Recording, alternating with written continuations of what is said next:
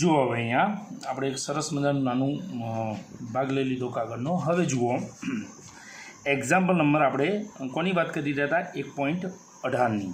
હવે 1.18ની અંદર જુઓ આકૃતિ તમને આપી દીધી છે, જોડે જોડે રકમ વાંચી. જુઓ આકૃતિ 1.34માં વિડીયો થોડોક ઓકે કરીએ માં દર્શાવ્યા મુજબ 10 સેન્ટીમીટર બાજુવાળા એક ચોરસના કેન્દ્રથી, ચલો આપણે પહેલાં એક કામ કરીએ, આવું એક ચોરસ બનાવી દઈએ. કેટલું?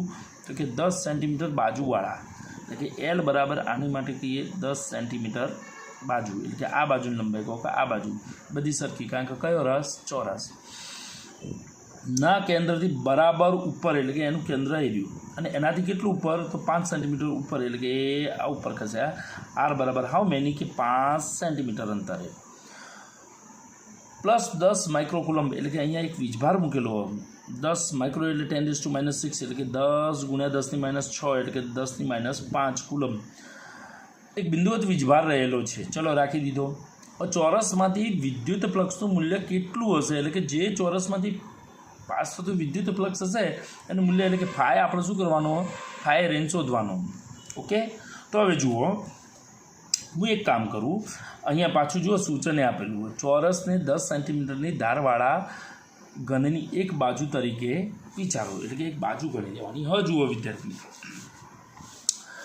આ જે ચોરસ એના માટે આપણે એમ કહીએ કે ઇન્ટરેસ્ટ લેજો થોડોક.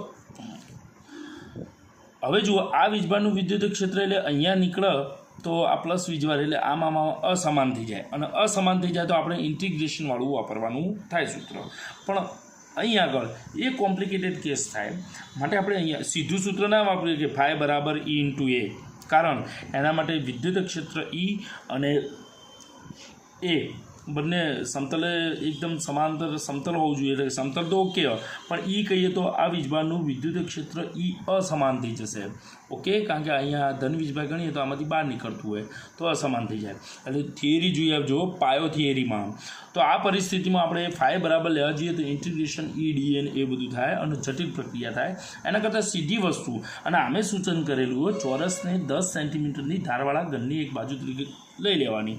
તો અહીંયા જુઓ એ આ એકદમ ઇઝી દાખલો થઈ જશે મિત્રો. અહીંયા બરાબર ધ્યાન આપજો. આ સરસ મજાનું આ ચોરસ બનાવી દઈએ અને ચોરસ બનાવી દઈશું આ રીતે. તો અહીં આગળ જુઓ, એટલે આ પરિસ્થિતિમાં આપણે જવું પડશે, એટલે કે આ ચોરસ બનાવી દીધું.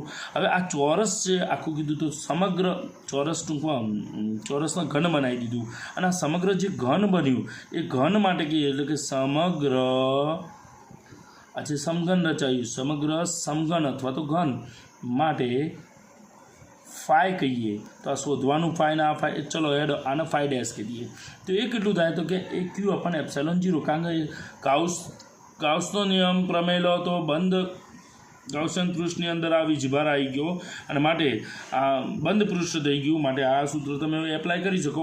ઓકે સાહેબ, ખ્યાલ આવી ગયો. અને હવે કોઈ એક બાજુ માટે કહીએ, માટે ફ્લક્સ કહીએ તો કોઈ એક બાજુ માટે, એટલે ઘરની ટોટલ બાજુઓ કેટલી? તો કે જો નીચે 1 2 ડાબા જબા, બરાબર, બીજી 2 આ બાજુ બહારની તરફ, પેલી બાજુ અંદરની તરફ. જુઓ ટૂંકમાં અહીંયા કહીએ, જો આ બાજુની તરફ 1, પેલી બાજુ 2, પછી આમ ગણીએ ઉપર 3 4 નીચે 5 અને 6, ટોટલ 6 બાજુ હોય. તો એક બાજુ માટે કહીએ તો છઠ્ઠા ભાગનું, એટલે કે 5/6, અને એમાં 5' કિંમત Q/6ε0.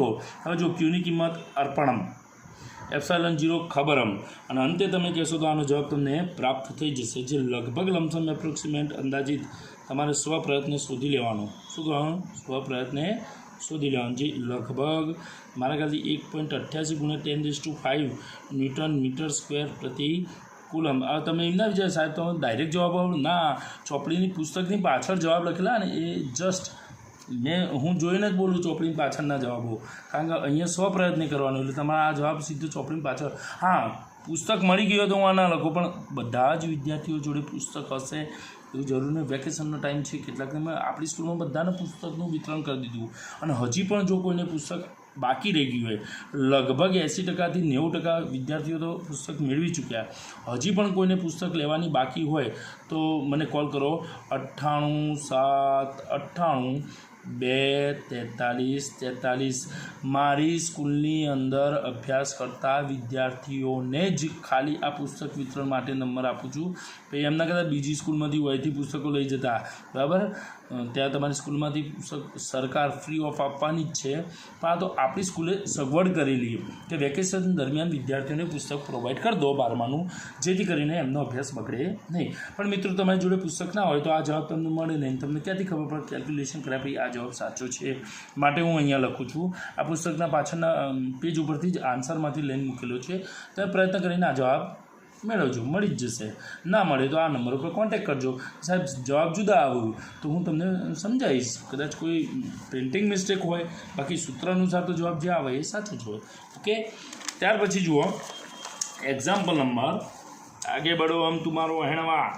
ચલો જોજો હો, આગળ વધીએ, આપણે પેજ ફેરવીએ અને આગળના નવા દાખલા તરફ જઈશું. ચલો મિત્રો 1.19.